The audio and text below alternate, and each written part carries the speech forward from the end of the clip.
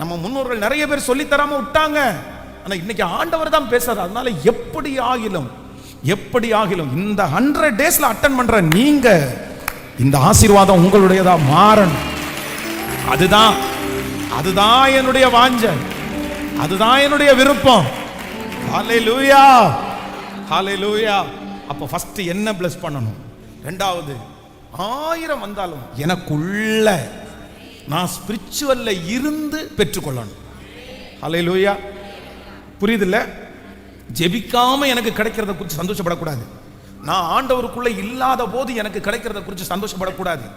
ஆனா ஆண்டவரோட இருந்து கிடைக்கிறத குறித்து மட்டும்தான் நான் சந்தோஷப்படணும். அதுதான் இன்றைக்கு ஞாயிற்றுக்கிழமை ஆராதனைக்கு நான் வந்தேன். கர்த்தர் என் கூட பேசினாரு.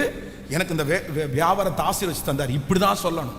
நான் இன்னைக்கு சர்ச்சுக்கே போகல, எனக்கு 5000 ரூபாய் வருமானம் வந்துச்சுன்னு சொல்றது. கர்த்தரை முதலாவது தேவனுடைய ராஜ்யத்தையும் அவருடைய நீதியையும் தேடுங்கள், அப்பொழுது இவைகளெல்லாம் உங்களுக்கு கூட.